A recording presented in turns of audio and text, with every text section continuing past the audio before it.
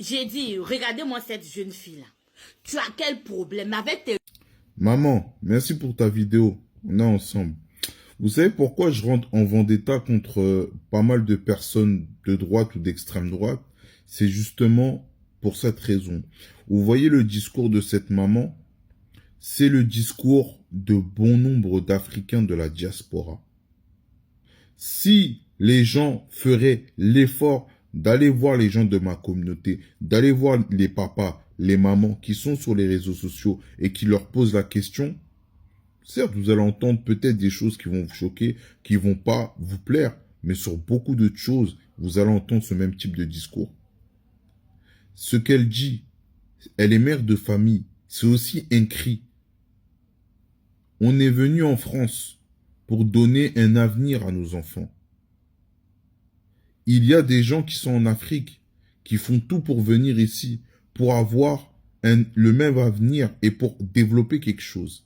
Il y a des gens qui meurent, quitte à risquer, à prendre le chemin du désert, à être esclaves, à mourir dans le désert ou dans la mer Méditerranée pour justement essayer de trouver quelque chose. Alors, les médias mettent souvent des gens qui disent je viens en France pour les aides, je viens en France pour voilà, pour venger de la colonisation, et c'est fait exprès. Mais la plupart des Africains qui viennent ici en France, c'est pour gagner leur pain. C'est pour gagner, comme on dit chez elles, c'est pour gagner temps.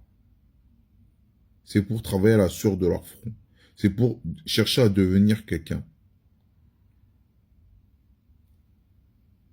Et ça, le discours de cette maman, c'est un discours qui est invisibilisé. Et pourtant, bon nombre d'Africains pensent comme elle. Comme elle a dit, c'est toujours vous. C'est toujours vous qui exposez. C'est toujours vous qui nous mettez dans des galères. Elle le dit si bien dans sa vidéo. Une fois, elle a cherché du travail dans un restaurant. Le patron ne l'a pas accepté à cause du racisme. Parce qu'elle était noire. Parce que ça ne plaît pas à sa clientèle. Qu'est-ce qu'elle a dit? Elle est rentrée chez elle, elle a pleuré. Parce que oui, le racisme, c'est du rejet, ça fait mal. On te refuse un travail parce que tu es noir. Toi, tu as besoin du travail, on te refuse. Elle a pleuré, ça lui a fait mal. Mais elle ne s'est pas laissée abattre. Qu'est-ce qu'elle a fait? Elle est chrétienne. Elle a prié, elle a lu la Bible. Parce qu'elle a le Dieu de Chassel Bemba. Parce que justice des dieux, il y en a. Voilà. Elle a mis en pratique sa foi. Qu'est-ce qui s'est passé?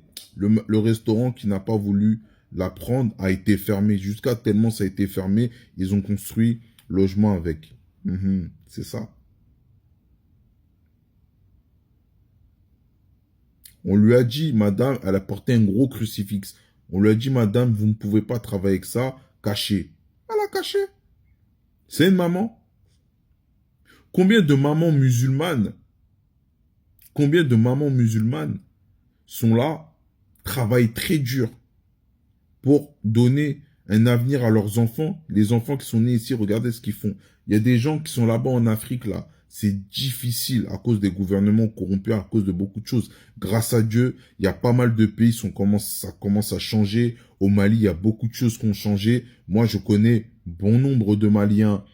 J'ai même un collègue à moi qui pense à aller vivre au Mali. Il y a énormément de Maliens, de Franco-Maliens qui vont aller vivre au Mali, qui vont investir parce que les choses là, ce qui se passe là-bas avec Assimi Goïta et tout, les gens, ils vont là-bas.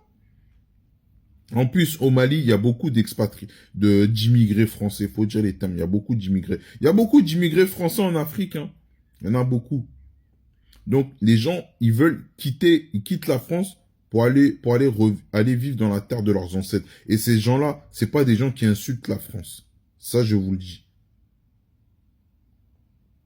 Donc, là, avec cette polémique de la fille, là, de la jeune sœur, là, tellement elle a pouchou, là, sa tête, là, on dirait des blocs photos. Ça vous a montré que bon nombre d'Africains, ces Africains que vous critiquez, ces Africains que vous détestez, que vous rejetez, sont des Africains, sont les premiers à vivre, à vivre à cause de ces conséquences-là. J'ai à vivre à cause de ces conséquences-là. Je voulais dire, sont les premiers à subir les conséquences des comportements de ces enfants. Comme on dit souvent, ah, les enfants de France, vous là, vous avez eu la vie trop facile. Combien de fois je pense que beaucoup peuvent témoigner. Quand on est plus jeune, on faisait les bêtises. Ah, on entendait souvent cette phrase-là. Vous, les enfants de France, vous avez eu la vie trop facile.